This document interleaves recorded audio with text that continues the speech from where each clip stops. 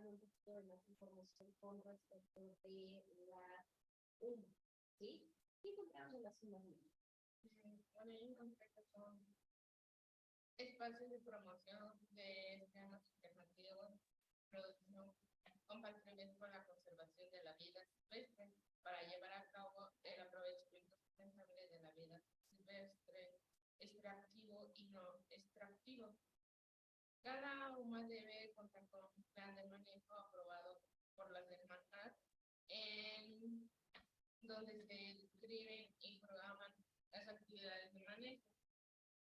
También son considerados como UMAs los criaderos intensivos y extensivos, zoológicos, viveros y jardines botánicos, ya que de estas unidades se producen y se propagan ejemplares de flora y fauna, y se generan productos y subproductos destinados a los diversos tipos de aprovechamiento.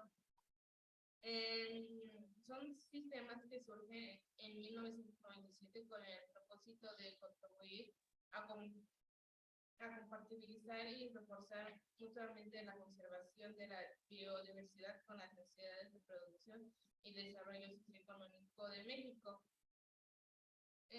Unos ejemplos son los venados, puma, aves acuáticos, las ranas, las serpientes y culebras. Ok, perfecto. De pura casualidad encontraron, en este caso tú encontraste algún ejemplo en específico de alguna UMA. Efectivamente decían, bueno, la parte de los criaderos intensivos, los zoológicos, los viveros, los jardines botánicos. ¿Por qué? Porque al final de cuentas son aquellos que están rodeados de flora, de fauna, y bueno, al final de cuentas se pueden aprovechar, que era algo que platicábamos la clase pasada. Pero alguno en especial. Okay. Vamos a revisarlos. Hay muchos, inclusive si ustedes se dan cuenta y ustedes pueden visualizar en la página de la SEMARNAT, donde se habla de las UMAs, hay un registro, hay una convocatoria, inclusive yo les había dicho una convocatoria donde se llama, digamos de alguna manera, a que todos aquellos que tengan un previo con las características que ya comentamos la clase pasada, puedan generar o puedan de alguna manera inscribirse a la parte de las unidades, en este caso de manejo de la silvestre. Hay muchas, cabe mencionar que prácticamente en todo el país tenemos. Las más importantes, por ejemplo, están en Veracruz, están en Jalisco, son como en Yucatán, en Tabasco, son como que la mayoría donde podemos encontrar la parte de las UMAs. Ahorita no vamos a tocar a los vamos a tocar en un ratito, porque yo les había dicho que tuviéramos mucho cuidado, porque precisamente no nos vamos a confundir entre las UMAs y entre la parte de las ANP, que son las áreas nacionales protegidas. Vamos a ver cuál es la parte de lineamiento y cuál es la parte de diferenciación. Vamos a buscar primero, bueno, más bien les voy a proyectar primero, porque estábamos viendo antes de la parte de las ANP. Estábamos viendo nuestra legislación, entonces vamos a la parte.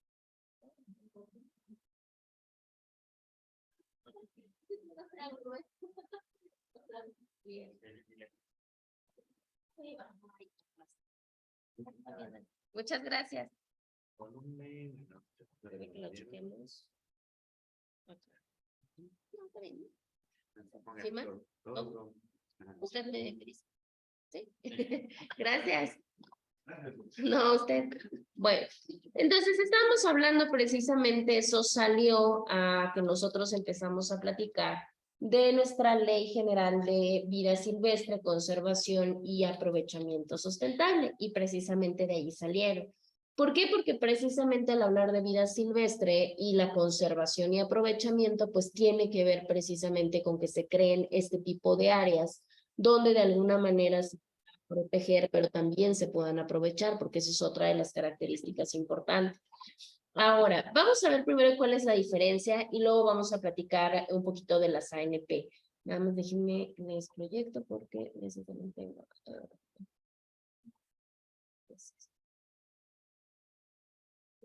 CSS y CSS.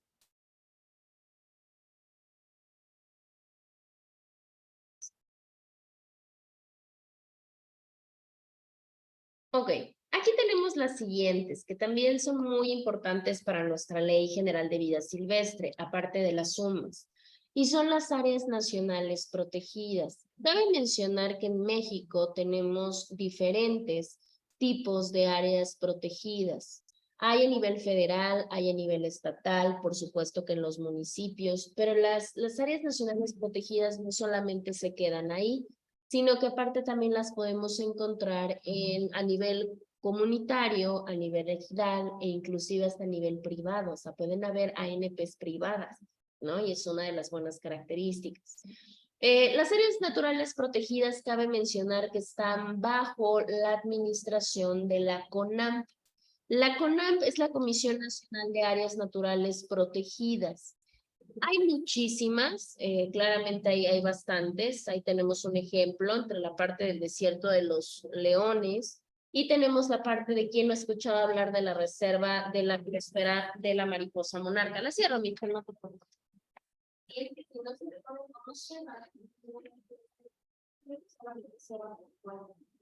Bueno, y tenemos muchísimas, ¿no? La realidad es que por poner un ejemplo de esa, la extensión son áreas muy grandes, por eso no entran dentro de las sumas. Tenemos aproximadamente, hoy por hoy, tenemos 84 hectáreas en un santuario que es en la isla de la Bahía Chamela, que está en Jalisco. Se habla también de una biosfera que se llama la biosfera de Vizcaíno, que tiene aproximadamente 2.493 con 91 hectáreas. Ese está en Baja California. Y tenemos, así podemos decir que hay muchísimas, e inclusive tenemos un sistema nacional. Ese sistema nacional vamos a decir que es como un registro en el cual se guardan o se registran todas aquellas ANP. ¿Qué es lo que importa para poder registrar un área nacional protegida? Pues para empezar que haya biodiversidad. El área natural debe tener biodiversidad y debe tener características muy especiales o características ecológicas que sean de alguna manera muy importantes para nosotros como país, ¿sí? Bueno, antes de hablar ya específicamente de las ANP, vamos a visualizar la parte de nuestra diferencia, porque luego ahí tenemos uno de los grandes problemas. Ahí espero que se vea de manera correcta. En el caso de las sumas, creo que ya no tenemos absolutamente... ¿Nos hablaste, Estefana? Ay, no, profesora, disculpe, tenía que prender el micrófono. No te preocupes, Ana. Perfecto. Bueno, en el caso de las sumas, decíamos que estas unidades de manejo y aprovechamiento para conservación de vida silvestre son herramientas, al final de cuentas son lugares para que se propaguen especies, pero no solamente eso, sino para que de alguna manera también podamos elaborar productos y que estos sí se puedan vender, porque sabemos que hoy por hoy pues la venta de especies, la venta de sus pieles, de su carne, de muchas otras cosas es ilegal. Entonces, dentro de las sumas, dentro de todos estos planes de manejo que comentaba su compañera Michelle hace un ratito, esto les da el formato legal y por ende sí pueden de alguna manera elaborar productos y los pueden comercializar y los pueden comercializar de manera legal, vamos a decirlo así. Si lo vemos por otro lado, pues podemos decir que promueve una alternativa para producir, ¿no? Para vender, para ganar, pero también de alguna manera para poder proteger el medio ambiente, ¿no? Entonces ahí lo tenemos. Esa es la parte que más nos interesa o la parte que más nos importa, que es la diferencia entre una UMA de una ANP. Si bien es cierto, tanto una como la otra tienen como meta o tienen como objetivo conservar todo lo relativo a la biodiversidad, las sumas por su lado tienen dos estrategias de manejo muy distintas a las ANP. Una de ellas es que las sumas, por lo menos en la mayoría de los casos, se crían o se dan más bien en lugares que están en ecosistemas que ya fueron transformados, ¿sí? O que ya inclusive fueron perturbados por ciertas actividades del ser humano, ¿sí? Por eso se llaman actividades antropogénicas. En el caso de la segunda característica que tiene precisamente la parte de las UMAS, y es precisamente que tiene que ver mucho con la parte de la autoecología. ¿Qué quiere decir esto de la especie? Que de alguna manera se puede traducir, digamos, en recursos económicamente importantes, ¿sale? Vamos a hacer la diferencia. Que en el caso de las sumas, primero, ya hay actividades humanas. O sea, el ser humano ya metió sus manitas sí o sí. ¿Cómo las mete? Pues ya lo decíamos, ¿no? Porque inclusive agarra y mete las manos inclusive a través del turismo, decíamos, ¿no? Vamos a adecuar, vamos a poner para colgar una tirolesa, ¿no? Eso ya es que el ser humano está con estas actividades antropogénicas, porque eso significa donde los seres humanos ya tuvieron efecto en la naturaleza. Y la otra parte también que las diferencia es que las sumas de alguna manera buscan lucrar. Por eso meten al turismo, por eso explotan de cierta manera las especies, a la flora, a la fauna. Algo que las ANP no. Digamos que las ANP son más intocables que las suma. ¿Sí? Entonces ahí tenemos como una de las características. Aparte de todo, porque resulta que las sumas se puede de alguna manera ser privadas, ¿no? Es mi predio, son mis recursos, pero yo los quiero explotar de una forma legal porque están relacionados con la ecología.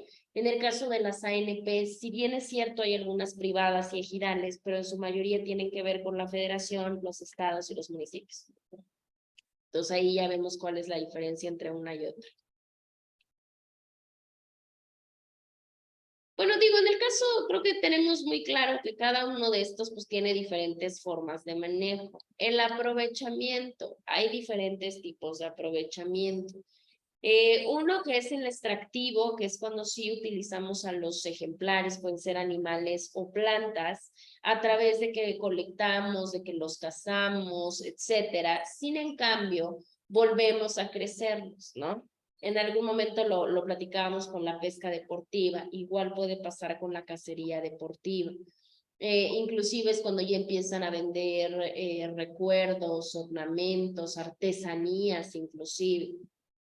Pero hay otra forma de aprovechar, que es la parte no extractiva, o sea, yo no extraigo, yo no me llevo las especies a ningún lugar, yo ahí dejo todo como está. ¿Eso cómo lo hago? Pues a través de ciertas formas o de ciertas actividades en las cuales no se van a eliminar animales, no se le van a quitar partes, no se va a hacer nada de eso. Un ejemplo muy claro, pues la parte del ecoturismo, ¿no? Que le decimos cuántas personas no andan así, ¿no?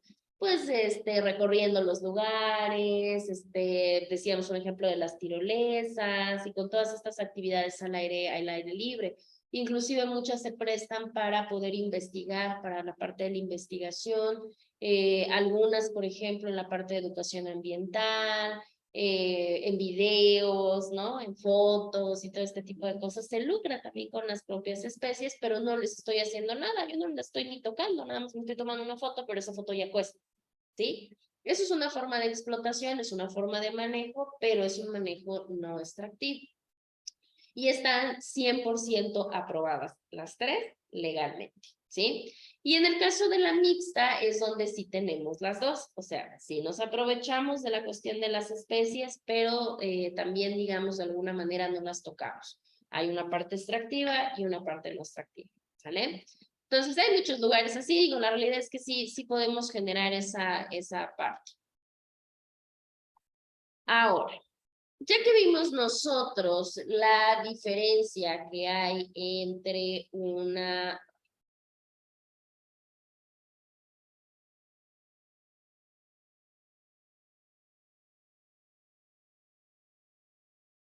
Ya que vimos cuál es la diferencia entre las unidades de manejo de vida silvestre, o sea, las SUMAS, y las ANP, las áreas nacionales protegidas, vamos a platicar más a fondo de esas. Pues déjenme ver acá, creo que ya se ve. Bueno. ¿Cuáles son los objetivos? Digo, ya platicando lo que acabamos de comentar hace un momento, ¿cuáles serían entonces los objetivos de las ANP? Lo primero que estas buscan es un mecanismo de preservación. ¿Qué es lo que quieren preservar? Básicamente que se queden las partes o los ambientes naturales que más representan al país, ¿sí? Por lo menos los que son más representativos a nivel mundial. Y no solamente eso, sino que también hay ecosistemas que son sumamente frágiles o que son débiles y que se tienen que proteger. ¿Para qué? Pues obviamente para asegurar un equilibrio, que no se extingan y que, bueno, la evolución pueda continuar. Otro de los elementos u otro de los objetivos muy importantes de las ANPs son precisamente que se salvaguarde la diversidad genética de las especies. ¿Qué quiere decir? Que así como están, así se queden, que no les pongan nada, que no les quiten absolutamente nada, hablando dentro de la parte genética. También dentro de la parte de la preservación nos habla de preservar tipos, ¿no? de ciertas especies que son endémicas. ¿Cuáles son las especies endémicas? Esas especies que no son tan sencillas de encontrar, que son especímenes raros o que de alguna manera pueden estar en lo que conocemos coloquialmente como peligro de extinción, ¿no? Que ellos los ponen en categoría de riesgo, que puede haber esa posibilidad. Al igual debe de haber, en el caso de las ANP, inclusive, meten mucho la parte de la investigación. ¿Esta investigación para qué? Pues obviamente para que el ecosistema esté bien, para que el ecosistema esté sano y para que se pueda mantener equilibrado. No solamente tiene una finalidad, pues digamos que hasta cierto punto preventiva, sino que también las ANP tratan de generar inclusive o rescatar ciertos conocimientos que permitan que de alguna manera pues el ecosistema se pueda generar, se pueda preservar, pero también se pueda aprovechar. Ya vimos, siempre teniendo en cuenta la parte sustentable, ¿sí? De ahí tenemos la parte del proteger todo aquello que se encuentre alrededor de las zonas forestales. ¿Por qué alrededor de las zonas forestales? Porque resulta que estas influyen mucho en la cuestión de la importancia de la vida. ¿Cómo? Porque en muchos lugares forestales, que podríamos decir nosotros bosques y todo este tipo de cosas, hay montañas. Y en todos estos alrededores empiezan precisamente los ciclos hidrológicos. ¿Qué quiere decir? Que por esos lugares puede haber cuencas, ¿sí? Y hay lugares que inclusive están poblados, que por ende tienen que sacar de algún lado el recurso. Por esos mismos lugares a veces pasan vías de comunicación o por esos lugares a veces inclusive llega a haber animales y se dedican a la actividad agrícola. Pues todo eso debe de ser protegido, porque esas poblaciones, cabe mencionar, que no son poblaciones, en muchos de los casos, poblaciones como las nuestras, ¿no? Poblaciones de ciudades, poblaciones así, sino que son poblaciones indígenas o poblaciones ejidales, que de alguna manera pues se deben también de proteger, porque si nosotros les quitamos los recursos, ¿qué es lo que va a pasar? ¿Qué es lo que pasa si yo le quito un recurso natural a un grupo de personas?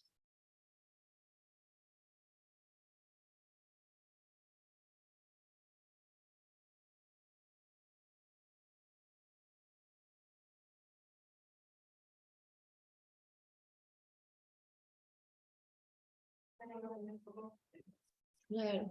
Y el no tener cómo sostenerse, ¿qué pasaría? Que lo platicamos, de hecho creo que una buena referencia es lo que decíamos del Tren Maya, ¿no? Que decíamos que hay muchas comunidades que precisamente viven ahí y no solamente viven ahí, que sino muchas de ellas pues se alimentan, viven de esos recursos. ¿Qué pasa si yo les quito esos recursos? ¿Qué es lo que sucede con esa población? Porque están de acuerdo que no se van a quedar ahí a morirse de hambre, ¿verdad? ¿Qué es lo que van a hacer? Exactamente, van a tener que emigrar. Y es cuando se tienen que ir a otros lugares porque ya no tienen los recursos con los que subsistían o sobrevivían hasta cierto punto.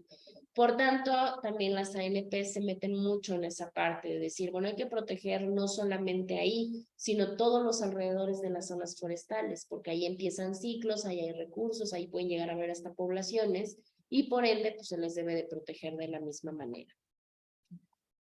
También las ANPs buscan mucho la protección o la proteger de cierta manera áreas que importan también no solamente por el punto de vista ecológico, sino porque ese punto de vista ecológico simboliza que son áreas recreativas o que son áreas que son culturales o que de alguna manera nos representan nuestra identidad nacional. De nosotros como mexicanos, pero sobre todo de los pueblos indígenas. Un ejemplo muy claro. Ahora vamos a ir viendo una por una, pero un ejemplo muy claro, por las zonas arqueológicas, ¿no? Que son parte pues de nuestra identidad nacional y que en su momento pues por supuesto que fueron habitados por pueblos indígenas. Y muchas de estas ni siquiera están ahí como el área nacional protegida, pero sí las rodean. Y por tanto pues también deben de ser protegidas mediante este mismo canal o mediante esta misma figura. Ay. Ay,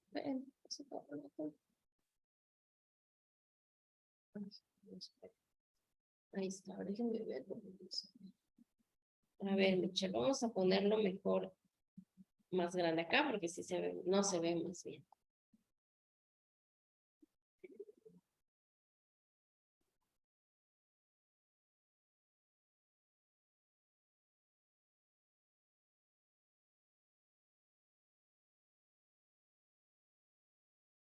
Ok, aquí tenemos la división o la clasificación. Cabe mencionar que no todas las áreas naturales protegidas son iguales.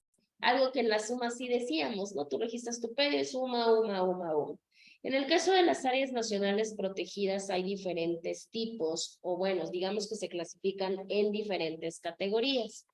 Ahorita vamos a ir viendo cada una de ellas, pero para que las tengan presentes. Tenemos en el caso de las primeras, que son las reservas de la biosfera.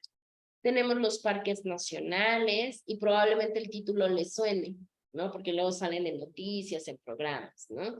El Parque Nacional Taja, ¿no? Las áreas de protección de flora y de fauna, las áreas de protección de recursos naturales, los monumentos naturales, los santuarios, que también se llegan a escuchar, y las áreas destinadas voluntariamente a la conservación. Si se dan cuenta, tenemos una clasificación de 7 diferentes tipos de ANP. ¿Vale? Entonces son 7, no se les vaya a olvidar que todo esto es parte de su segundo parcial. Miren, aquí tenemos una parte, déjenme ver, creo que sí se ve, ¿verdad? Yo creo que sí se aprecia. Bueno, aquí tenemos la totalidad de áreas naturales protegidas que hay en nuestro país. Si se dan cuenta, a comparación de las sumas, ¿no? Del listado de UMAS y de todo lo demás, podríamos pensar que es muy poquito, pero ahorita se van a dar cuenta cómo no. A nivel federal tenemos un total de 185 áreas naturales protegidas. La mayor parte de estas son parques nacionales. En todo el país tenemos, digamos que regados, ¿no? Si lo queremos ver así, 67 parques nacionales, ¿sí? Tenemos 44 reservas de la biosfera, que es digamos que el segundo, ¿no? De las 7, pues es el segundo más grande. Tenemos 42 áreas de protección de flora y fauna, tenemos 18 santuarios, incluido el que decíamos hace rato, el de la mariposa monarca, y tenemos en la parte de 9 áreas de protección de recursos naturales y solamente tenemos 5 monumentos naturales, ¿vale? Vamos a ver, ahorita vamos a ver si los podemos buscar algunos de ellos y podemos ver algunos de ellos, pero por lo menos de manera general, pues tener un ejemplo de cada uno de ellos. Vamos a comenzar nosotros hablando precisamente a la parte de cuándo surgieron o cómo se da esta parte de las áreas. Esto comienza por ahí de finales del siglo XIX, donde se empiezan a crear estas áreas para que de alguna manera o de alguna forma se pudieran conservar la naturaleza, pero empiezan no como ANPs, empiezan solamente como parques nacionales.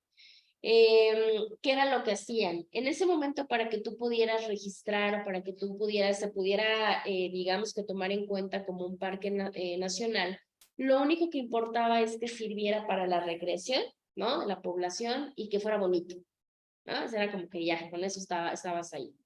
Ejemplos, bueno, ahí tenemos, ¿no? En el caso de los bosques de coníferas, son árboles, las altas montañas, eran los que más teníamos en el país. Obviamente, ¿verdad? Pues con el paso del tiempo, pues esto cambió. Miren. Aquí tenemos, bueno, no sé, Dan, ¿alcanzas a ver la página o sigues viendo mi diapositiva? Sí veo su diapositiva, profesora. Perfecto, entonces déjame, me salgo y comparto. Creo que si me salgo directo no lo pueden ver. Ahí está.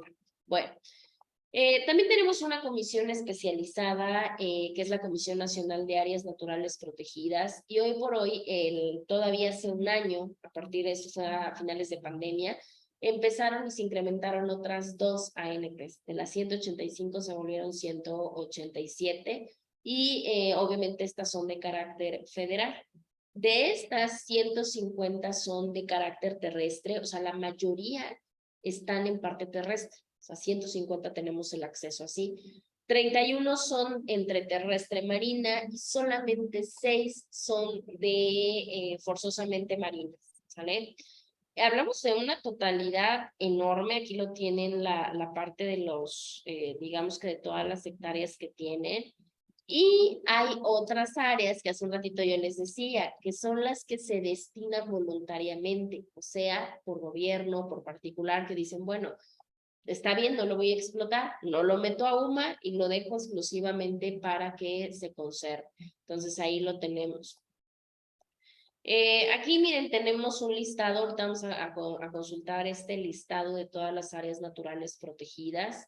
Y aquí tenemos todos los filtros, no sé si se alcanzan a dar cuenta para de la información.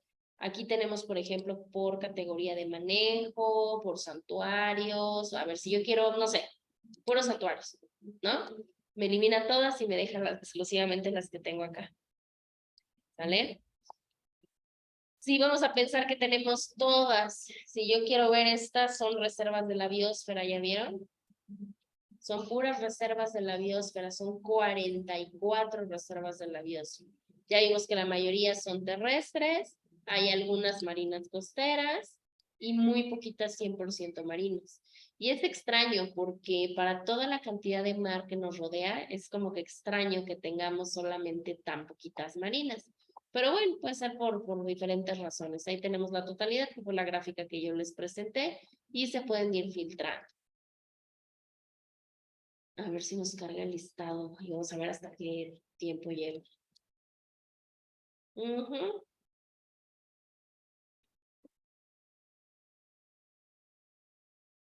Se pueden volver y se pueden buscar por el mismo. Acá tenemos la totalidad. O sea, acá nos van a aparecer las 180 y tantas sin mayor problema, ¿no? Aquí tenemos todo el listado, ¿se dan cuenta? Pero vamos a poner, ¿qué se les hace bueno?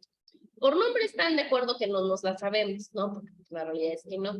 Pero por categoría de manejo sí. Vamos a poner solamente los santuarios. En el caso de los santuarios, aquí están. ¿Cuánto nos habían dicho que tenían de santuarios? Bueno, pasa la superficie nada más. Miren, tenemos ejemplo. ¿Dónde está? Solamente santuario. Ok, Rancho Nuevo.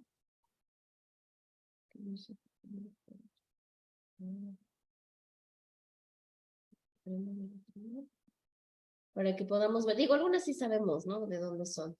Pero miren, en el caso de santuarios tenemos puras playas, si se dan cuenta tenemos puras playas, hasta arriba no se ve, por ejemplo, lagartos, tierra colorada, y solamente acuérdense que tenemos 19 santuarios, entonces ahí los podemos visualizar. ¿Dónde están? Isla Contoy, y así podemos ir. Vamos a ver si tenemos alguna cerca. Creo que sí tenemos la de en Tehuacán, pero creo que entran como monumentos.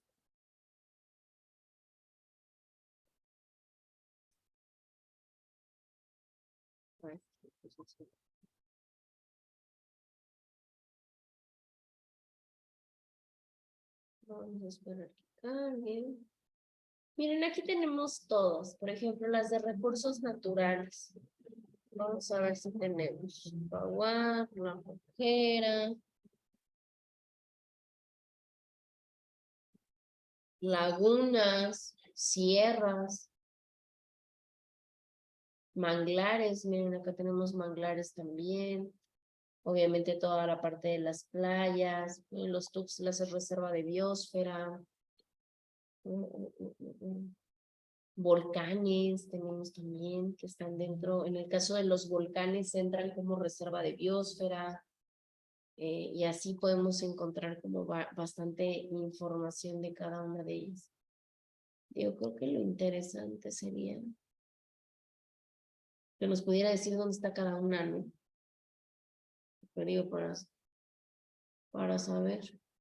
Pero bueno, ahí tenemos bastantes, si se dan cuenta están divididas conforme a la rueda que nosotros acabamos de mostrar. Vamos a ir viendo cada una de ellas, digo no todos los ejemplos, pero por lo menos algunos. Ahí creo que ya te aparece nuevamente mi presentación, Dana. Sí, profesora, ya la puedo ver. Perfecto. Entonces, lo primero que tenemos nosotros es la parte de nuestras reservas de biosfera, ¿sí? Es como que la primera. Las reservas de biosfera cabe mencionar para que las podamos ir separando y para que podamos irlas distinguiendo de los otros tipos de ANP. Son las áreas que de alguna manera son de importancia a nivel nacional. No quiere decir que solamente, por eso había varios, porque no solamente son representativas de un ecosistema, no. Puede ser de cualquier tipo de ecosistema que ustedes se imaginen. Esto lo importante es que las reservas de la biosfera no hayan sido tocadas o por alguna razón no estén tan alteradas por el hombre y que por alguna razón se quieran preservar o en su defecto, si ya el hombre ya los tocó, pues bueno, entonces hay que restaurar. Pero que en esos lugares se encuentran especies que representan al país, que son especies raras, que son especies inclusive en peligro de extinción. Cabe mencionar también que en las reservas de la biosfera, específicamente en las zonas centrales, no se pueden llevar o se pueden llevar actividades que exclusivamente vayan encaminadas a preservar el ecosistema, o que tengan que ver con la parte de la investigación, o que tengan que ver con la parte de la educación ambiental. ¿Qué quiere decir? Que en esos centros, por ejemplo, yo tengo una reserva de la biosfera, pero en el área central yo no puedo hacer actividades, por ejemplo, de turismo. No, solamente se pueden actividades científicas, actividades educacionales, y obviamente nada más. Inclusive no puede haber aprovechamiento si ese aprovechamiento simboliza que se van a alterar los ecosistemas, ¿sí? Y hay otro tipo de zonas, no todas son zonas núcleo, porque las reservas son muy grandes. En las otras zonas son las zonas de amortiguamiento. Ahí sí se pueden hacer actividades, pero solamente actividades que se dediquen a producir, pero no las puede de alguna manera hacer cualquier persona. Solamente las pueden hacer las comunidades que habiten ahí. Yo no puedo llegar y aprovecharme y comer y lucrar, no, pues imagínense, no. Solamente las comunidades que habitan en ese lugar, cuando el área nacional se decreta como área nacional protegida, solamente esas personas son las que pueden seguir haciendo de alguna manera esta parte, ¿no? Miren, ahí tenemos un ejemplo. No sé si lo alcanzan a ver, ahorita les muevo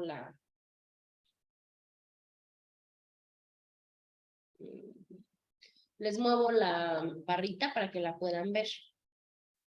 Ese es un ejemplo de la reserva de la biosfera. Ahí si se dan cuenta, la reserva se denomina Reserva de la Biosfera Mapimi, que se encuentra en el estado de Durango.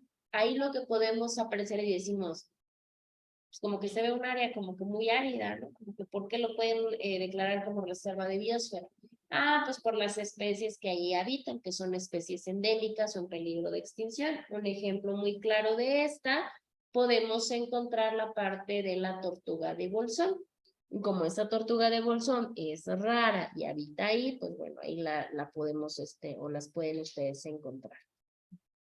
Y como esas, pues hay muchas, ya vimos la parte de las barritas, ¿no? Ahí encontramos varias, digo, yo les puse un ejemplo porque no íbamos a poder ver todas, o sea, son 187, entonces imagínense, la verdad es que no íbamos a acabar nunca. Pero hay otras muchísimas, por ejemplo, hay unas que sí están muy bonitas, por ejemplo, en el caso de Quintana Roo, hay una en Quintana Roo que creo que es mixta, porque no es acuática al 100%, que es la de Siancán. Hay otra también famosísima, creo que por las ballenas, que está en Baja California Sur, no sé si la han llegado a escuchar, que se llama La Vizcaína. Es muy famosa, de hecho por ahí debe de haber. De hecho las vamos a ver para que más o menos puedan visualizar.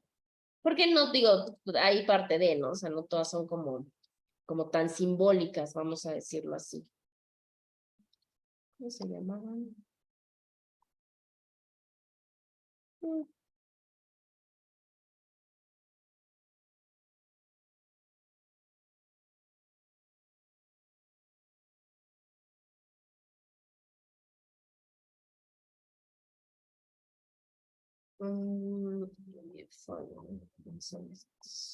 Bueno, yo dije. Ya sabemos, digo, aparte de todo, ya sabemos que en el caso de reservas de biosfera, que es la mayoría, son 44, ¿sale? Pero de esas 44, obviamente, como todo en la vida, hay unas que son como más relevantes por el ecosistema, por su belleza, por lo que ustedes quieran. De esas 44, unas de las 7 más importantes, por lo menos declaradas como la parte de UNESCO, miren, aquí está la que les decía, la de Quintana Roo. Miren, la del Vizcaíno, o sea, sí se ve realmente que sí, es una reserva de biosfera. El Pinacate, que es un área desértica en Sonora, por poner ejemplos. El que todos conocemos como reserva de biosfera, la mariposa monarca, ¿no? Que es este parque donde, sí es un parque, bueno, no es un parque, sí es un área protegida, en donde cada año en una determinada fecha, pues se congregan, ¿no? En su paso y ahí los encontramos. Miren, ahí están las islas del Golfo de California, ¿no? Las de Revillagigedo, que también son muy conocidas, en Colima. Y miren, tenemos una que no está tan larga, tan lejos de nosotros, que es la de Tehuacán, Cuicatlán, ¿sí? Ahí si se dan cuenta es esta, bajo.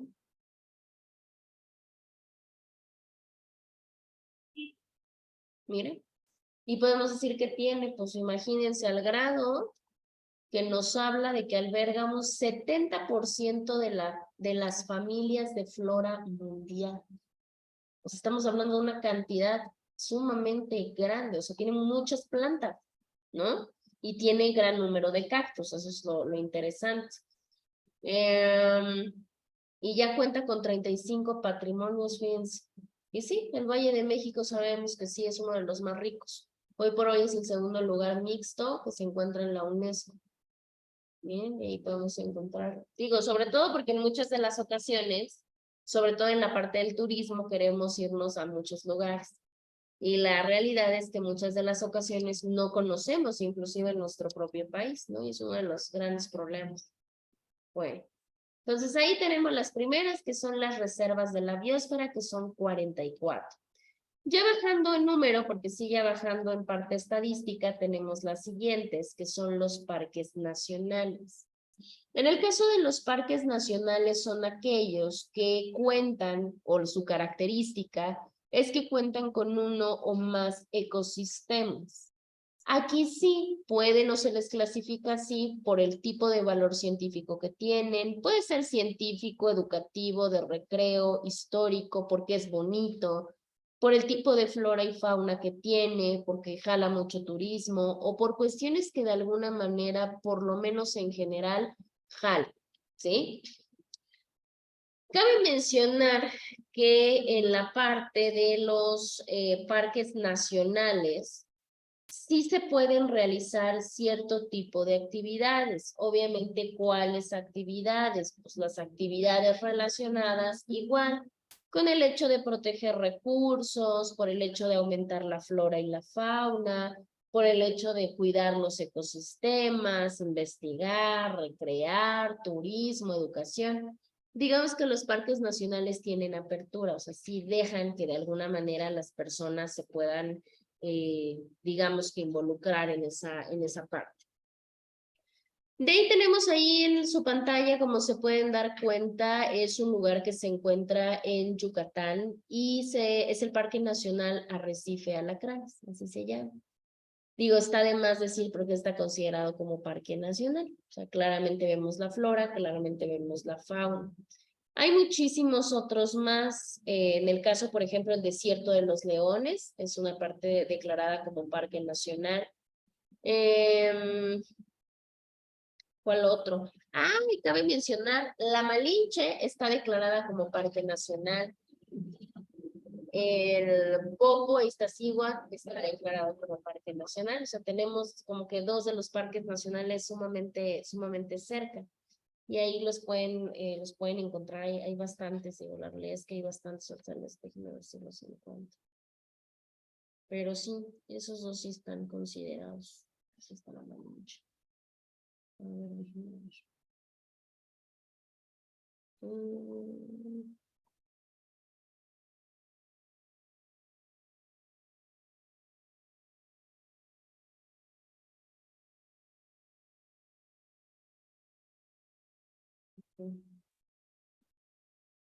Digo, sabemos que hay muy bonitos, pero bueno, los que a nosotros nos corresponden, sobre todo porque son los que tenemos más cerca. Miren, aquí tenemos el primero, que es el Iztaccíhuatl-Popocatépetl.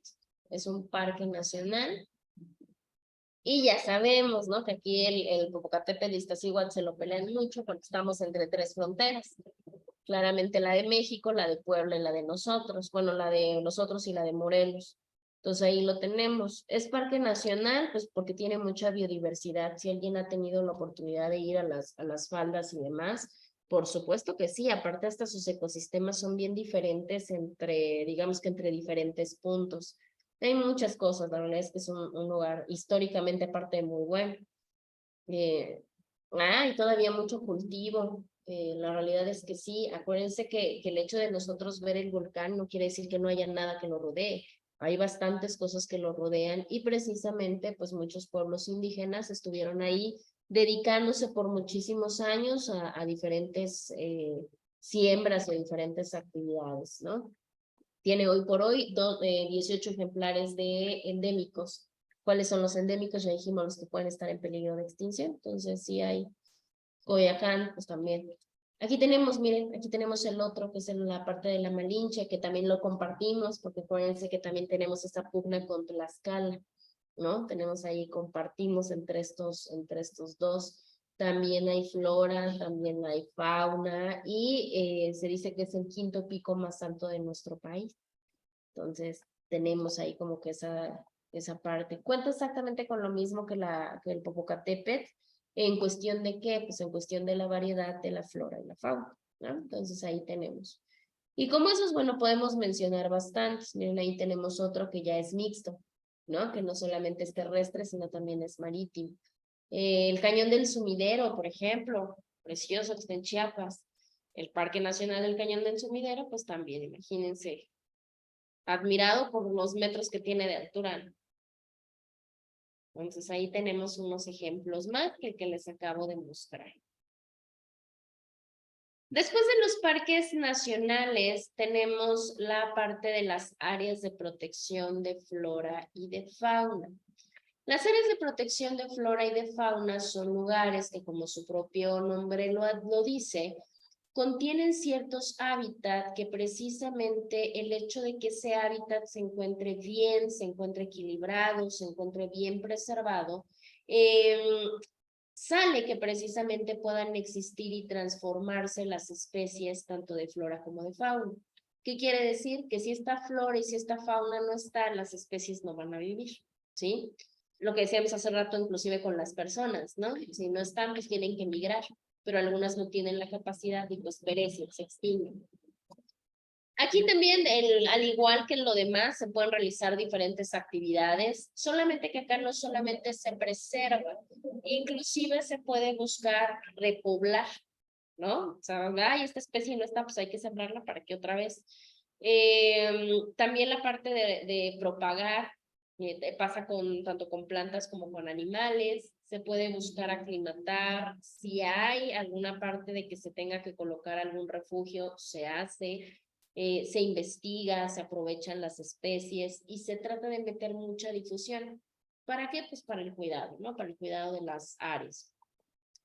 Cabe mencionar que en estas áreas de protección de flora y fauna no quiere decir que no se puedan tocar, específicamente lo mismo por las personas que vivan ahí. Por supuesto que se pueden aprovechar recursos, solamente que acá pues se tienen que apegar mucho a lo que dicen las normas oficiales mexicanas. Eso sí es de cajón. Y pueden utilizar el suelo, que quiere decir para sembrar o alguna otra actividad, pero también de acuerdo a lo que nos digan las declaratorias. De otra manera no se van a poder aprovechar, aún así tú vivas en ese lugar, ¿sí? Bueno. Ahí tienen una imagen, bueno, no sé si se alcanza a ver. En esa imagen es un lugar que se llama Papigochic, que se encuentra en Chihuahua. Y es un área de protección de flora y de fauna. ¿Sí? Como esas, ya vimos hace rato en la parte de nuestra estadística, y ahí solamente tenemos 42 de protección de flora y fauna. ¿Sí? Después de esa tenemos las áreas de protección de recursos naturales. Decimos, se parece mucho, ¿no? Como que a la de flora y fauna. ¿Cuál es la diferencia entre una y otra?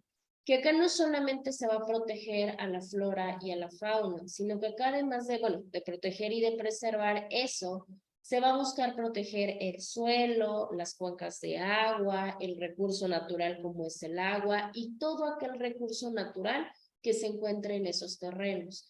La mayoría de ellos pues son terrenos forestales. Pueden ser lagos también, pueden ser lagunas, pueden ser manantiales, pueden ser aguas nacionales. Todo eso puede ser considerada un área de protección de recursos naturales, porque no solamente se cierra a flora y fauna, sino que lo aplica más al suelo y a todo lo relativo al agua, ¿sí? Precisamente todos estos, sobre todo todos aquellos que abastecen de agua a la población, ¿sí?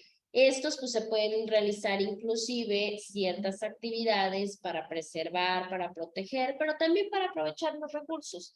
No importa, también el turismo puede ingresar a este tipo de áreas, ¿sí? ¿Por qué se enfocan mucho en proteger el suelo y el agua? Porque pues son recursos que de alguna manera una cuenca puede abastecer de agua a una población, ¿no?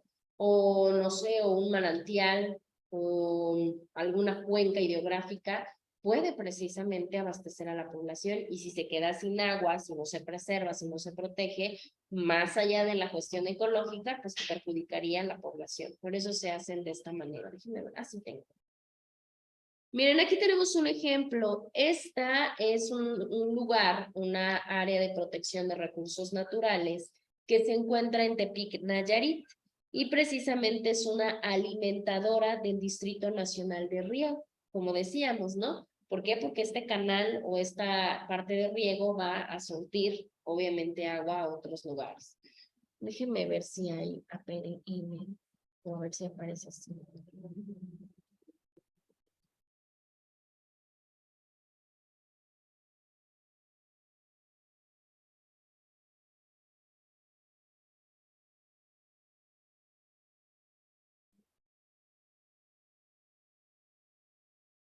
Pues no, me aparece todo.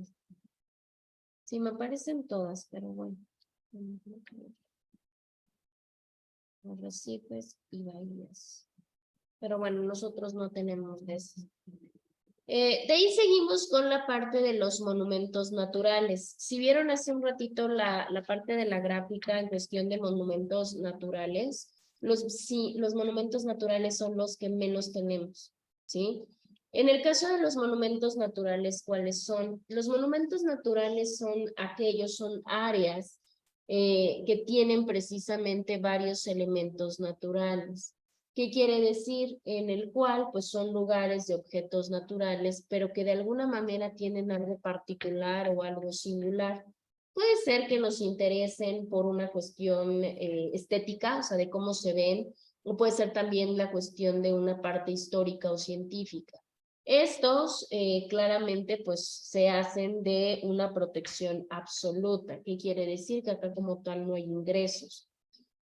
Si ustedes pueden observar ahorita les hablo un poquito de él, no tienen gran parte de ecosistemas, o sea, hay muchos ecosistemas, no tienen variedad de ecosistema, y que inclusive, pero como no tienen estos ecosistemas y como no están tan grandes como los demás, no los podemos incluir en otra categoría, entonces los encasillamos acá. solamente se pueden hacer actividades, pueden haber de preservación, investigación, recreación y educación. Son el tipo de actividades que se pueden generar. Ahí, en el caso del que tienen en su pantalla, es precisamente un lugar que se encuentra en Chiapas. Es un monumento que se llama así, Monumento Natural Yaxchilán, y se encuentra ahí en Chiapas. Como esos no son muchos, esos sí los vamos a ver. Entonces déjenme, monumentos naturales, que aparecen aquí en sitio. Porque eso sí, la realidad es que solamente son 5, entonces no tenemos mayor problema.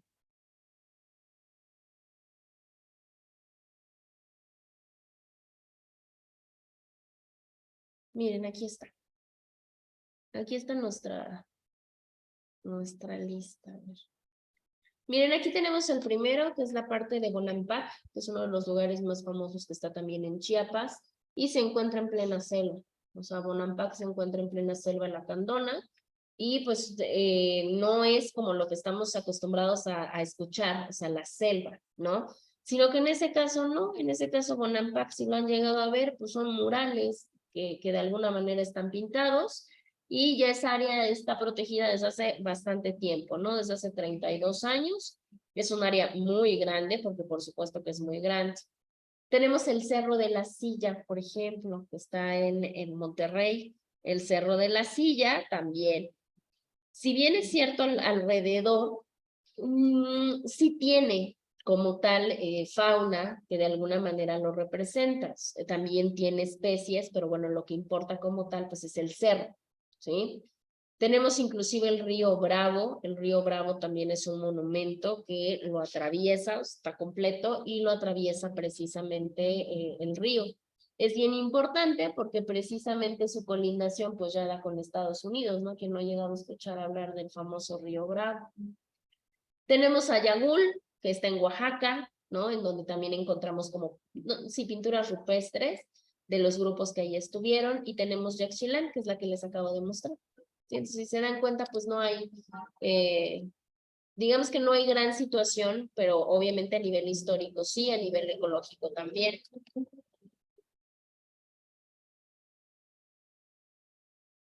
Lo podemos ver. Más o menos nos damos una idea. Y podríamos pensar nosotros, ¿y por qué el Cerro de la Silla no está dentro de otro tipo de categoría? Por lo que comentábamos hace un ratito. Porque precisamente indistintamente de que se pueda confundir o indistintamente que lo podamos nosotros encuadrar con alguna otra tipo de categoría, pues la realidad es que esos no comparten ni pluralidad de ecosistemas, que era lo que en algún momento pensábamos, no tienen y no lo podemos incorporar a otro régimen. Si bien es cierto, son áreas que sí tienen elementos naturales, como flora y como fauna, eso sí no lo podemos negar. Bueno.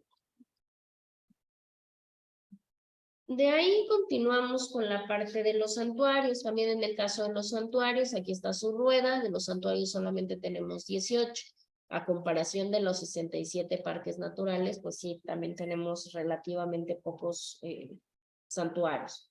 ¿Los santuarios qué van a ser? Los santuarios van a ser lugares, o van a ser más bien áreas que se encuentran en zonas que son poderosas o que son ricas en flora o en fauna. Esto puede deberse a diferentes razones, no solamente a una. Entre esas razones podemos decir que hay especies o hay hábitats que están como muy restringidas. Entre ellos, porque podemos encontrar que se localizan en ciertas cañadas, o sea, que son de difícil acceso, en grutas, que también cuesta, en cavernas, en cenotes, en caletas, ciertos lugares que ya sea por su propia geografía o por su topografía necesitan ser protegidas, ¿no? Porque inclusive hasta para accesar es muy problemático. Las actividades son exactamente las mismas que hemos comentado: investigación, educación, recreación. Esto que de alguna manera sea compatible con la naturaleza, pero no solamente con actividades que de alguna manera sean relacionadas con la naturaleza, sino algo bien importante, cosas que tengan que ver con la parte de las características del lugar, porque no todos los lugares se van a presentar o se van a prestar más bien actividades de recreación igualitas. O sea, la realidad es que no se puede, algunas son de difícil acceso. Ahí tienen, por ejemplo, bueno, ahí pueden visualizar el área, bueno, más bien el santuario, que se encuentra en Chiapas. Ese santuario que se encuentra en Chiapas es el santuario Playa de Puerto Arista, ¿sí? Ahí lo pueden visualizar. Hay varias, digo, la realidad es que todos los que podemos encontrar son complicados, sobre todo son complicados en la cuestión de los accesos, y bueno, ahorita les voy a enseñar otros, pero bueno, ahí tenemos un ejemplo. ¿Cómo se ventila? ¿Cómo se ventila? Chamila, Islas de Bahía Chamila. Creo que sí se llama así.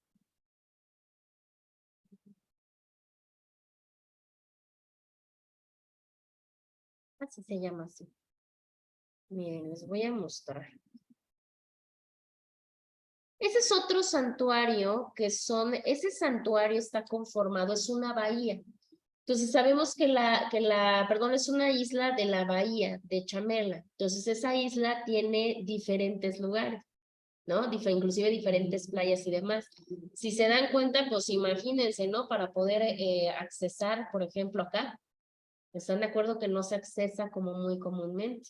¿Por qué? Pues porque digo, indistintamente de ser isla, pues está en plenas bahías y ahí encontramos varias. Ahí encontramos varias. En este caso encontramos en Jalisco, encontramos en Chiapas. En Jalisco hay varias. Cuitzimala. Cuitzimala. Ah, miren, ahí tenemos otra. Por ejemplo, esta. Esa es Cuitzimala, no estoy bien mal. Cuitzmala, Jalisco. ¿Sí? Ahí si se dan cuenta está en plena bahía, está rodeado de pura bahía. Solamente tenemos entrada a brazo de mar. Jalisco, la mayoría está en Jalisco. Ah, Mexiquillo. Creo que esa es playa.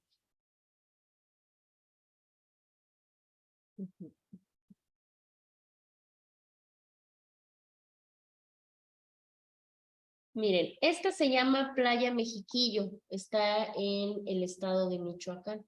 Lo mismo, si se dan cuenta, pues el acceso lo hace complejo. Si quisiéramos realizar actividades relacionadas, ejemplo, al turismo, no todas se van a poder prestar. Entonces ahí por eso nos dice, bueno, sí pueden, pero dependiendo las propias características del lugar.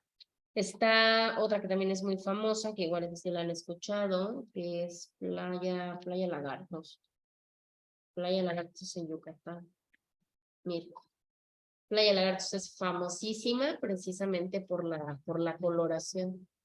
Por la coloración que presenta por el plancton, no porque sea agua rosa, ni mucho menos, es como pues los efectos de luminiscencia que hay también el plancton que se encuentra en esa playa. Y ahí en esa playa Lagartos, pues hay muchas, pues digamos que muchas actividades que se pueden realizar, también hay parte de turismo, ¿no? Y así como esas podemos encontrar otras, así como una de Chicago. Una más accesible como por distancia.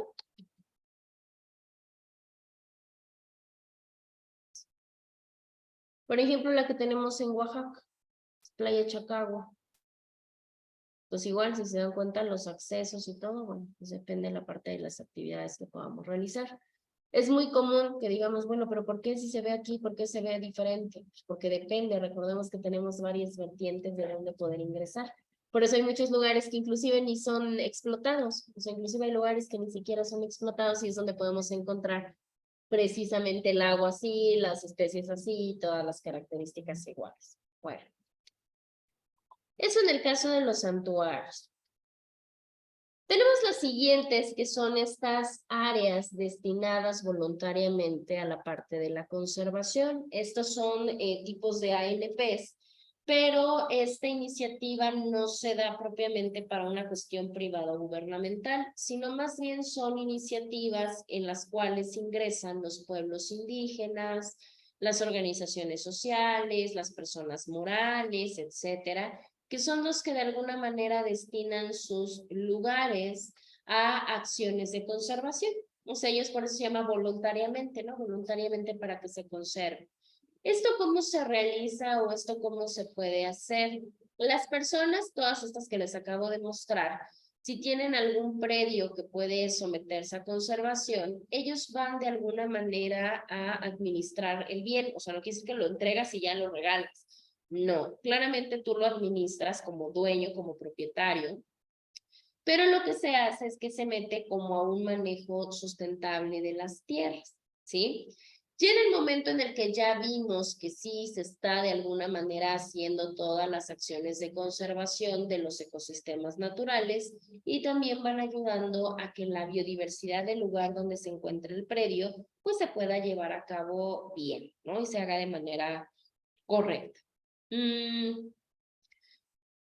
No solamente basta con que yo lo diga, o sea, no solamente puedo decir, pues mire, yo tengo el predio, yo voy a destinarlo voluntariamente a la conservación y entonces ya soy una de esas áreas. No. Se hace un procedimiento del cual no vamos a platicar tanto, pero a través de ese procedimiento se nos da una certificación. Y podríamos volver al punto de las sumas. Bueno, ¿y qué gano yo con someter mi predio a acciones de conservación? Bueno, pues puede servir precisamente para ganar o para obtener ciertos estímulos, no solamente en el país, o sea, no solamente un estímulo nacional, sino se pueden obtener estímulos internacionales. Estos estímulos pueden ser a manera de apoyos económicos, así de, bueno, ya que tú destinaste tu predio a la conservación y estás luchando por la ecología y por todo lo demás, entonces te vamos a dar un apoyo para que tú pues obviamente lo administres y sigas con esas acciones. Para eso puede servir. Además de que claramente pues ayuda a la parte de los ecosistemas, a que las especies pues sigan su mecánica, sigan su camino, a que se logren mantener los servicios ambientales y pues no solamente de las ANP, sino ya vimos que de todos los lugares que de alguna manera pues las rodean.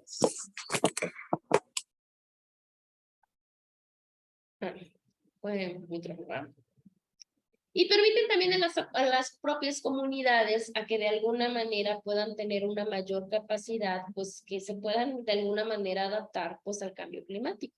Entre más áreas verdes, entre más áreas naturales, entre más flora, entre más fauna tengamos, pues se supone que el cambio climático pues no va a ser tan cruento como lo hemos estado viviendo, sobre todo en últimas fechas. Para eso nos sirve el hecho de destinar una área a la conservación.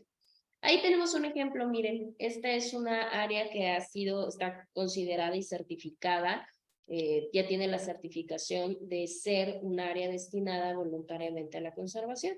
Y es una villa que se llama así, Villa Díaz Ordaz. De hecho, si quieren página.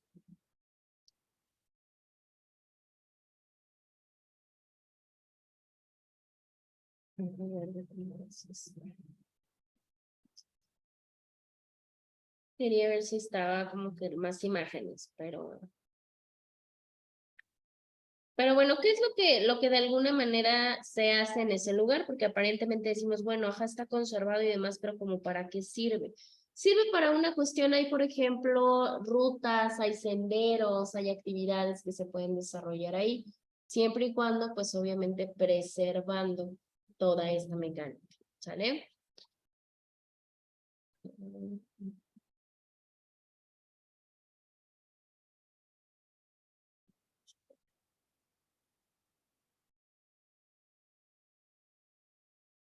Inclusive tenemos una muy cerca, fui hace poco, que es está como un área natural protegida. Yo me imagino, no sé si sea un área destinada, o si pueda llegar a ser un parque nacional. Pero bueno, es el que se encuentra en Tula Hidalgo, donde está precisamente la zona arqueológica de los Atlantes. Y verdaderamente, o sea, cabe mencionar que sí, que hay ciertas especies, no todas se ven, hay flora, hay fauna, pero hay sobre todo flora, que tiene que ver más con este tipo de cosas, así como que los cactus, así como que esta parte árida, y pues tienen toda la zona, la parte arqueológica y tienen todos los senderos, ¿no? Entonces ahí no lo tenemos tan lejos, entonces ahí podemos tener ejemplos. A finales decíamos, yo les comentaba hace un ratito que, bueno, esta parte o esta mecánica empezó ya a finales del siglo XIX, ¿no? Y ahí lo podemos encontrar. ¿Hasta acá tienen alguna duda o alguna pregunta con nuestro tema de UMAS y con nuestro tema de ANP? ¿No? Ok, déjenme ver. Ok, lo último que nos quedamos fue precisamente en su mapa conceptual de las zonas. Ok. Bueno, vamos a cambiar entonces, ya con esto cerramos nuestra ley general de vida silvestre, conservación y aprovechamiento sustentable y vamos con nuestra siguiente legislación. La siguiente legislación es la Ley General de Desarrollo Forestal Sustentable, ¿sí? Déjenme ver qué tan chiquito se ve. No, vamos a poner. ¿Cuál es la meta? ¿Cuál es el objetivo de esta legislación? Esta legislación está muy apegada al artículo 27 constitucional y nos dice que lo que busca es tanto regular como fomentar conservación, protección, restauración, ordenación, cultivo, manejo, aprovechamiento de todo lo que tiene que ver con los ecosistemas forestales en México y sus recursos. Claramente esto empatado y esto va mucho de la mano con lo que nos dice el artículo 73 constitucional en su fracción 29, inciso G, en donde nos habla de la competencia, ¿no? Que la federación va a tener cierta competencia, el municipio tal y el estado tal. ¿Para qué nos sirve el hecho de regular y fomentar todo esto en materia de ecosistemas forestales y sus recursos? Pues muy sencillo, pues claramente nos va a ayudar para que haya un desarrollo forestal sustentable, que podamos aprovechar los recursos forestales, pero que no nos los acabemos todos, ¿no? Que no sea desmedido, que es uno de los problemas que tenemos ahorita de la industria forestal. Si se dan cuenta, por todos lados andan podando árboles, por todos lados andan haciendo cosas con la madera, por todos lados andan podando, y pues miren cómo nos está yendo ahorita, ¿no? Que platicábamos que para encontrar ahorita una sombra es bien complicado, y estamos acá sufriendo las consecuencias. En el caso de que se trate de recursos forestales que les pertenezcan como tal a pueblos o a personas, en este caso comunidades indígenas, entonces nos vamos a lo que dice el 2 constitucional, ¿no? Que ellos tienen esta autodeterminación, por supuesto que los pueden aprovechar para una cuestión propia, pues ellos los cuidan, ellos los ven, ellos no trabajan, sería el colmo que no pudieran aprovecharlos o que no pudieran de alguna manera utilizarlos. Déjenme ver porque se está muy chiquito, lo vamos a ampliar todos los círculos.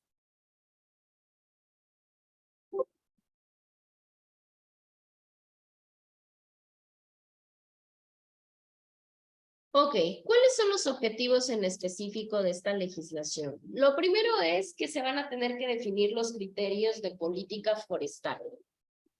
Esto es muy común, así como tenemos criterios para la salud, la educación, la seguridad pública, también hay políticas para la materia forestal. ¿Qué quiere decir? ¿Cómo vamos a instrumentar la política? ¿Qué vamos a hacer en materia forestal y cómo lo vamos a hacer? Ese es el primero de ellos. En segundo, pues regular cómo se van a proteger, conservar, restaurar los recursos forestales. Claro, sabemos que estas materias lo que buscan es la prevención. Pero si por alguna razón ya no podemos ver porque yo hago deforestación, pues ahora ¿qué hacemos? Pues hay que restaurar, ¿sí? Entonces eso nos dice la propia legislación. Una de mis metas es regular, que si alguien deforesta, ¿cómo va a pagar? ¿Sí? Claramente, pues a través de diferentes tipos de servicios, tiene que desarrollar también criterios para el manejo forestal. ¿Cuáles son los criterios? Los criterios estos son estadísticos, ¿no? De saber cuántos bosques tenemos, cuántos árboles se han talado, cuánto tiempo van a tratar en recuperarse. Con esos son criterios para indicarnos cómo se está manejando la materia forestal en nuestro país. Entonces no hay como gran situación, pero de esto se encarga esta ley. También nos ayuda a que se fortalezca la contribución de la actividad forestal. ¿Qué quiere decir? ¿Cuál es fortalecer esta contribución de actividad forestal? Porque al final de cuentas ya sabemos que si lo hacemos en forma desmedida, ¿qué es lo que va a pasar? Vamos a provocar desequilibrio, claro. Y al provocar desequilibrio, pues ya sabemos cuáles son las consecuencias. También el fortalecimiento va mucho de la mano en cuestión de que haya participación de producción forestal. ¿Qué es la producción forestal? En el crecimiento económico, ¿cómo tal?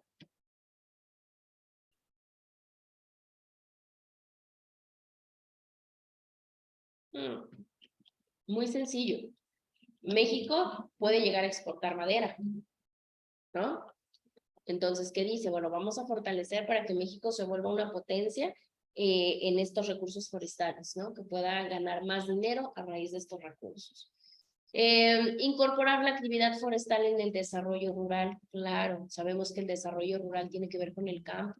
No se vale que venga una empresa de otro país inclusive y lucre con nuestros recursos, ¿no? Se los lleve. Entonces dicen, no, mejor hay que promover que quien trabaje la materia forestal y quien gane, pues sean claramente las propias personas que están en la cuestión rural. Digo, es completamente lógico. Coadyuvar que precisamente se rehabiliten las cuencas hidrológicas forestales, por supuesto, que si hay algunas que ya están dañadas o que ya están lesionadas, pues hay que ayudar a que de alguna manera se puedan volver a poner en funcionamiento. A eso se refiere este objetivo, si lo ven de esa manera. También nos habla de la recuperación de bosques, que es una de las metas más importantes de esta legislación, que haya mayores terrenos forestales para que puedan seguirse conservando pues todo, el suelo, el agua, todo. Porque si nos damos cuenta de la materia forestal, de los árboles, también dependemos todos, porque de ahí viene la cuestión del oxígeno, viene la cuestión de la humedad, la evaporación y todas esas cosas que nos enseñaron, por supuesto que deben de cuidarse los suelos, porque de ahí surge básicamente todo. Fortalecer y mejorar los servicios técnicos. Esto tiene que ver mucho con la parte gubernamental, ¿no? Que hagan su trabajo de acuerdo a lo que mandata la ley. Regular el aprovechamiento de uso de los recursos forestales, tanto los maderables como los no maderables, claro, porque no solamente del árbol se saca la madera, hay otro tipo de recursos, pero pues hay que regularlos, cuándo, cómo y por qué. Promover las áreas forestales que están de manera, digamos que permanentes. ¿Qué quiere decir? Que no haya cambio de uso de suelo con fines agropecuarios. Claro, es muy importante. Luego, en lugar de producir alimentos, ¿qué es lo que hacemos? Al revés, el suelo cambia a ser alimento de animales. Entonces ahí nos habla de, a ver, hay que tratar de equilibrar como que esa parte.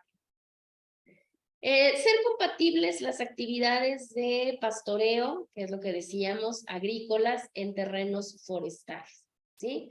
Que se tenga mucho cuidado, ¿no? De que si, ok, todo mi ganado va a comer de aquí, pues hay que seguir entonces echándole ganas para que esto dé, porque si no al rato pasa mucho. Dejan árido el suelo, pues ya van y buscan otro lugar donde comer. Pero de mientras tanto, ellos se quedan desabastecidos, pero también el lugar ya se encuentra árido, ya no puede volver a proveer. ¿Sí? Entonces ahí tenemos uno de las problemáticas. De ahí nos habla de regular las auditorías preventivas. Claro, las auditorías son una herramienta de prevención, por supuesto. Si calificamos, si evaluamos, si vemos cómo está funcionando, eso va a evitar que haya problemas futuros. Y también nos habla de una meta muy importante que persigue la ley, que es referente a la parte de los estímulos. ¿Cómo que aparte de los estímulos? Porque nos dice que hay que estimular, o esta ley busca estimular certificaciones para bienes y servicios forestales que se den en el país, acoplándolos con la materia internacional. ¿Qué quiere decir? Si hay una norma internacional que te dice, a ver, tú como empresa debes de ser una empresa que no se va a aprovechar del recurso, que no va a explotar de manera desmedida tal, ¿no? Eres como que medioambiental, y si tú lo cumples con este proceso, yo te doy mi certificación. Y que México diga, perfecto, como es una buena certificación, todos van a buscar obtenerlo. Y con eso, pues vamos a obtener un beneficio. Está bien, hay que apoyar ese tipo de iniciativas. A eso se refiere. Bueno, nos vamos a quedar acá porque esta ya no la vamos a iniciar. Es de esa de la ley de recursos forestales. Solamente me importaba que entendieran esa parte, que son los recursos forestales y cuáles son sus metas. Nuestra siguiente legislación es una legislación algo compleja, que es la Ley General de Bienes Nacionales. Esa es la que vamos a ver la siguiente clase. Van a buscar ustedes en en el lugar que ustedes quieran, van a buscar qué son los bienes nacionales. Definición y ejemplo de cada bien nacional, por favor. ¿Por qué les digo de cada bien nacional? Porque nos van a aparecer los bienes de la nación, nos van a aparecer aquellos bienes nacionales que nos marca la Constitución, e inclusive los va a mandar al artículo 27, entonces al 132, entonces tengan cuidado. No, bueno, no todos los ejemplos que ustedes imaginen, pero por lo menos 5 ejemplos de bienes nacionales. ¿Sale? Sí. ¿Qué son los bienes nacionales? Sus ejemplos de bienes nacionales. Y ya de ahí la vamos a visualizar. Sí les aviso que la verdad es que bienes nacionales es un tema un poquito complejo porque hay mucho de bienes nacionales, ¿no? Entonces ahí sí les comento esa parte. Déjenme ver cómo lo vamos a hacer. Déjenme ver qué herramienta tenemos antes para que les pueda decir cuál es la que van a hacer. Ay, no sé. No sé si... Ok, tienen investigación y tienen mapa conceptual. ¿Saben qué? Yo creo que van a hacer un mapa mental. Como no son muchas letras, pueden hacer un mapa mental del tema que les acabo de dejar. Ese se los voy a cargar ahorita les comento. Es la semana número 7, que es esta, ¿sale? Entonces yo se los pongo ahí, les retroalimento su semana y todo lo demás para que lo puedan ver ya con el cambio de legislación, ¿sí? ¿Hasta que tienen alguna duda o alguna pregunta? No, profesora. Tenemos ahorita ninguna, ¿no ven? No tenemos suspensión o alguna otra novedad. De examen creo que todavía nos quedan un par de semanas, ¿no? Seguro más. Déjenme ver. Déjenme ver, porque luego nos ganan las fechas y ya estamos ahí. Porque les iba a dejar una actividad, pero déjenme ver cómo andamos en fechas para que no nos hagamos bolas. Ok, estamos ahorita a 22. Ay, pues sí, justo a la mitad. Nos quedan un par de semanas y otra vez regresamos para la evaluación. Entonces, no, yo creo que la siguiente semana les dejo su actividad, que sería el día, ¿cuándo nos vemos? 27. Yo creo que el 27 les dejo su actividad para el 4, para que esa actividad cuente para el 11, que es la parte de su evaluación, si están de acuerdo. ¿Sí? Perfecto. Entonces, si no tienen dudas o preguntas, pues acá lo dejamos. Que tengan un excelente cuasi fin de semana y nos estaremos viendo el martes. Se cuidan mucho. Te cuidas, Dana. Gracias, profesora, igualmente. Hasta luego. Gracias, hasta luego.